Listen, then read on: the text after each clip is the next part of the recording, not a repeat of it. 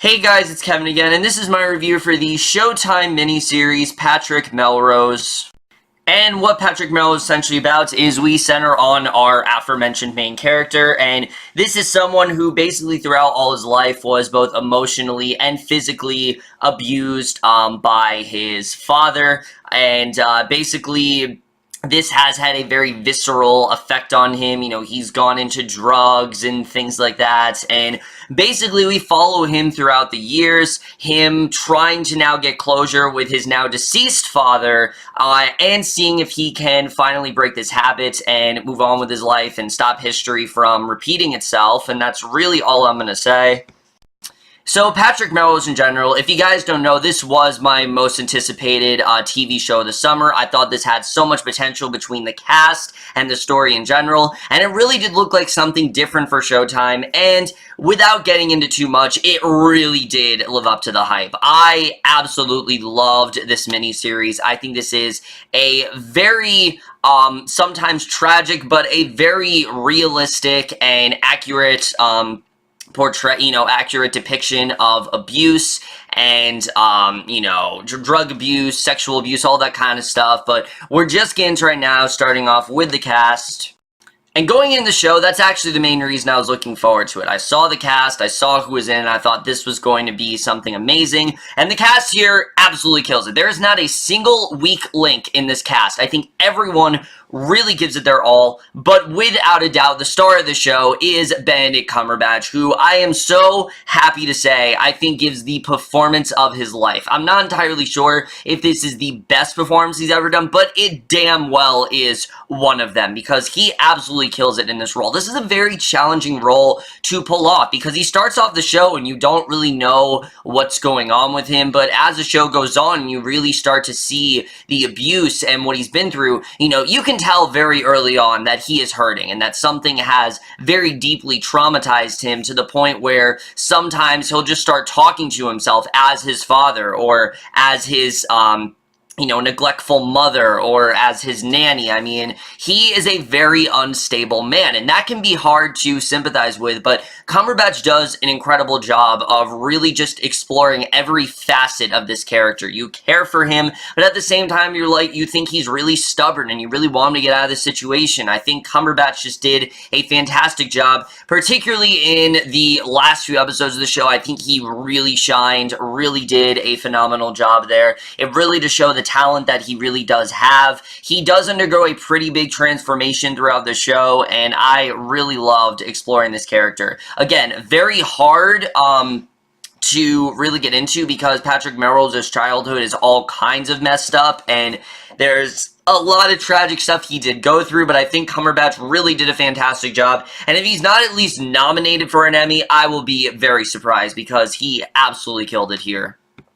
Someone who I think rivals Cumberbatch, though, is Hugo Weaving as David Melrose, who, holy shit, does he kill it in this role. I mean, the second you meet this guy, you are both intimidated, but also incredibly repulsed. I mean, this is someone who pretty much has it all, and he married Eleanor specifically out of money, but you can also see that he is very much in a position where he always thinks he's right, and if anyone talks down to him, or if anyone questions him, he sees it as blasphemy. You know, he thinks that he has the highest power, and I think he just did an incredible job. It's a very bolstering performance, and it's hard for any actor to take on, but Hugo Weaving absolutely kills it. Yes, it is a role that you are probably going to hate, definitely. You are not at all going to like this character, but Weaving is so great as the character, and I really can't see anyone else playing him. He absolutely dominated every scene that he was in.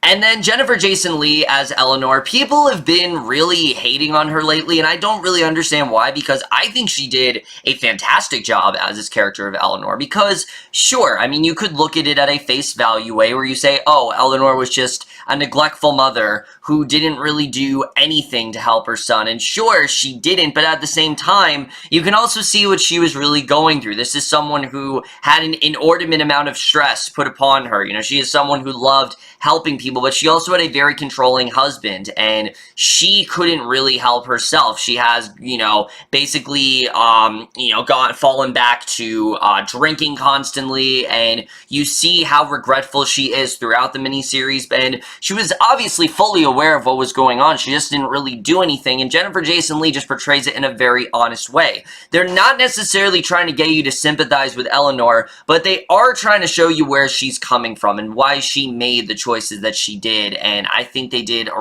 really great job with this character.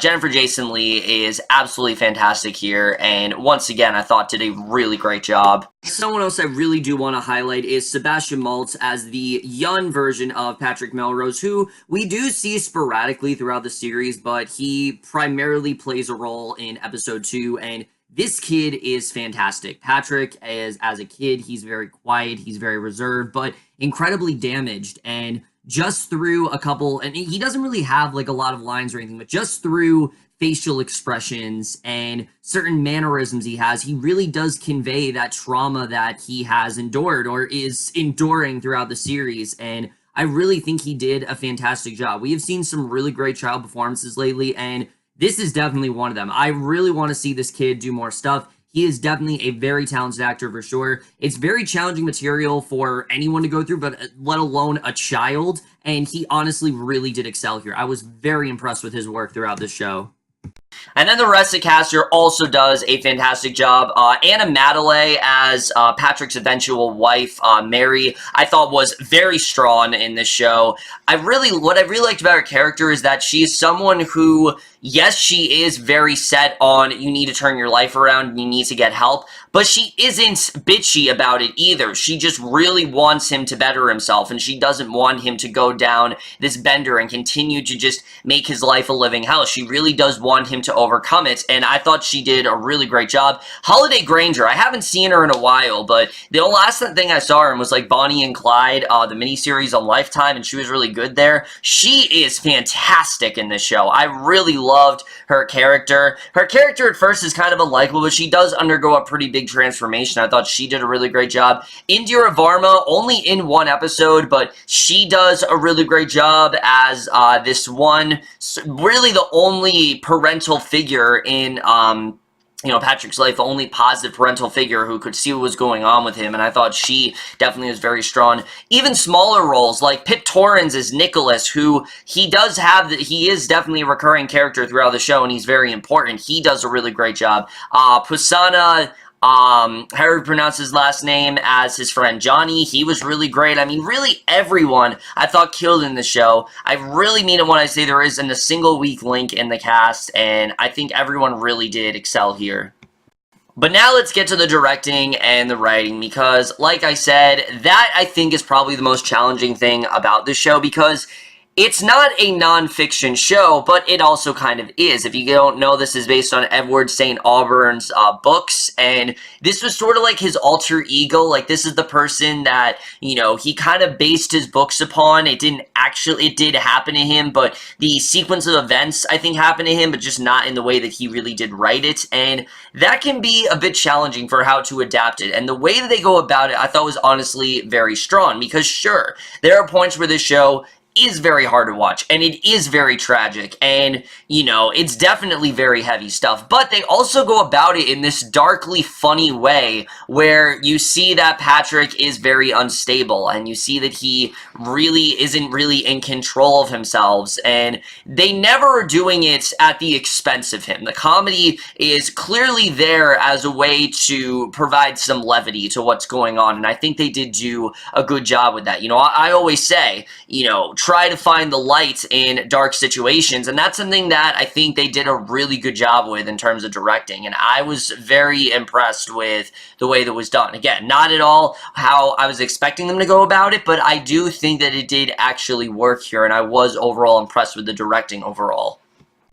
However, now let's get to the writing of this show, because that is the thing that might be a bit jarring for some people, because if you watch this show, the first episode does take place in the 80s, and then you're going to get to episode 2, and all of a sudden it is in the 60s. Now, the reason for this is because there were 5 books in the Patrick Melrose series for them to adapt, and this series covers all of them. And the way they go about it pretty much is they do, you know, one book per episode. And I did think that was a smart choice, obviously, because there's a lot of story to tell. You know, you want to make sure that you have fleshed it out as much as possible. And I did think they did a pretty good job with that. You know, when we were in the 80s, it felt like the 80s. When we were in the 60s, it felt like the 60s. When we were in the 90s, when we eventually get there, it felt like the 90s. Like, I actually did like it. I think it kept the show fresh. It kept it interesting, and it wasn't like we were in the same place all these episodes. And I really have not seen a miniseries done something like that since Roots. That's like the only miniseries I can think of that almost every episode is set in a different timeline. I thought it was honestly really cool they did that. Now, I'm not saying this is on the caliber of Roots, certainly not, but it is still... However, I think the thing that most people are going to question is, how is the handling of the addiction? You know, obviously it's a very tough subject, especially, you know, with certain happenings that have been, you know, going down and things like that. It's just, I think for any show it's a tough subject, but when that's like the main plot line, it's especially hard, and I think the show handled it in the best way possible. I think that the writing on Patrick's character was really great because they really do take their time with showing you what happened to him. The first episode, everything is pretty subtle. Like, you know Patrick went through something, you just don't really know what it is. You know it involves his dad, you know that obviously, you know, his dad's passing is kind of a relief for him. He's really happy about it because he didn't have a good relationship with his dad, but you don't really know what he did to him. You don't really know the full impact of what really this did to Patrick. And as the show goes on, you start to get more and more into, his childhood, and they did a very good job with that. I honestly really love the first episode for that reason, because it is very subtle with telling you what happened, and it isn't just trying to throw everything at you at once. You know, it's showing Patrick at this time. How is Patrick in the 1980s? How is Patrick in the 90s? And they do a very good job with that, and I thought it was a very smart choice for them in episode 2 to actually give you all that stuff, because if the show right off the gate would have just started off with going into everything that Patrick was dealing with, I would not have necessarily liked that, because I wouldn't, you know, I'm like, you know, who is this character? It would have been too heavy, and I think them giving you the more lighthearted stuff with Patrick in the 80s and him going on this bender and all this stuff, you know, like I said, there's something darkly comedic about just the way they go about it. I thought was very smart. I thought honestly did really benefit the show, so I definitely really did enjoy it. And once you do get into what happened to Patrick, again, I don't think that they glossed over anything. I think they covered pretty much all they needed to. It never felt like they were trying to pander to someone. It never really felt like this was trying to romanticize anything. They showed, no, this is awful what he went through, and this is horrific what happened to Patrick, and they're not trying to sugarcoat it at all, but what they are trying to do is give us some hope that Patrick might turn himself around, and they do a very good job with that. You know, Patrick is a character that sometimes you'll be like, oh, why are you so dumb, Patrick? Why are you resorting to this, Patrick? Like, you're gonna get frustrated with him, but I think they did a good job in keeping him rootable. They didn't make him, you know, so irritable to the point where you just can't stand him. You know, you can see, obviously, he's making some very frustrating, you know, choices, but you can understand why he's doing this, and the root cause of all of it is very well handled, and they did a very good job with that. That being said, however, as much as there are other characters in the show pretty much is single-handedly carried by Patrick, and I think it should be. I think it is the right way to do that.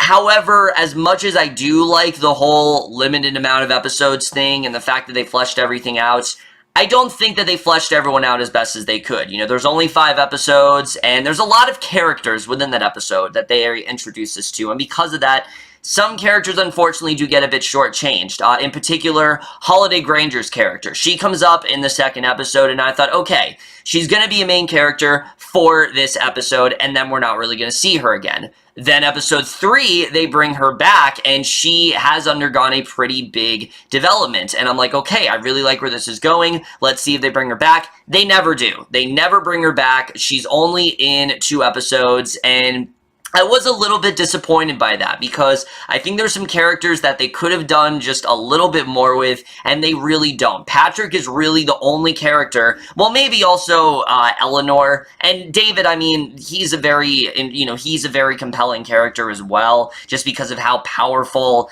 and just how much you really do dislike this character. Those are really the only characters that feel completely fleshed out. There are things with the other characters, don't get me wrong, but they're not very well fleshed out. For example, in the finale, there's something that comes up, or the last 2 episodes actually, they explore this whole thing between Mary and her mother, and they're clearly trying to make a parallel to Patrick and his father. The problem is, we have not had really enough time to fully invest in Mary as a character. The stuff I care about with Mary is her trying to get Patrick some help and her trying to get him to turn his life around so that way him and, his kids can have a really great life and not resort to the things that Patrick did. That stuff is really great. But when we get into the personal stuff these characters are going through, I just did not care as much. I wanted to, I really did, and I did think that they were good plot lines, don't get me wrong. I think that the actors and what they do with them, they were well handled, but they just felt a bit underwritten, and I do think the show would have benefited if they wouldn't just done 1 episode for every book, but 2 episodes for each book. I think if they did 10 episodes, I think it just would have benefited them a bit more. Like, you could do 2 episodes for book 1, 2 episodes for book 2. Like, they could have just done that, and I do think it would have been a really good choice overall. I really do wish they would have done that. But other than that, I think the writing is going. From that, though, like I said, besides Patrick, the only other character that's really fleshed out so well is Eleanor, because they don't just focus on Patrick's relationship with David. At first, yes, that is the main thing they focus on, but as the show starts to go on, we see him start to worry just as much about his mother. Certain things she said to him, he doesn't really resent her as much, but he isn't very favorable towards her either. And the show really does explore this idea of, was she, is she a good person for, not doing anything? And was she just simply naive and unaware of what was going on? Or was she complicit in all of this and basically just did this at the demands of her husband because she was simply afraid of him and didn't want to leave because she felt she was just kind of trapped there? And the show explores this again in a very delicate manner. The relationship between the two is very interesting, especially in the last 2 episodes of this show. That's something I really was getting into, is his mother just as much of a villain? Should we, throw all of this damage upon her just as much as we have David? But at the same time, we do see that Eleanor is just as damaged. Like I said, she's drinking a lot. She's very regretful of what happened. We get the knowledge that she was very aware of what he was doing. Her husband, we only see it in really 1 episode, which episode 2 primarily just focuses on those 2, as I said before. He is very demanding towards her. He's constantly being verbally abusive. He is checking in with her every time she leaves. He, needs to know where she's going. There's a fantastic scene where she is playing where she basically is, she hears him playing the piano, and she's about to leave, and she, kind of stops for a second just because she knows that he's playing the piano, and it just shows how terrified Eleanor really was of him, and I think they did a really great job showing that just as much as they did Patrick's struggles, and I really did love getting into that arc overall. Really well done. The way the show handles things like PTSD and alcoholism, it's portrayed in a very sensitive manner, and you can see that it's handled in a very delicate way. But they're also very, like I said, they're not trying to, romanticize it. They're not trying to dramatize it either. They're trying to show what Patrick is going through in the most sensitive way possible, and I think they did a very good job with that. So the writing, for the most part, was very well done. The cinematography on the show is exquisite. I mean, just the second episode in general, which the second episode of the show is mostly carried by Eleanor and David. Yes, we do have a young Patrick in there, but it mostly is carried by just those 2, and that's something I really did enjoy because it does get us more into his parents and things like that. But the locations in this episode are just fantastic. It's so glossy, and it works because it's kind of this double entendre sort of thing where you see that it's very glossy and you see that everything seems really great for them. At the surface, it seems like they're a very happy couple, but in reality,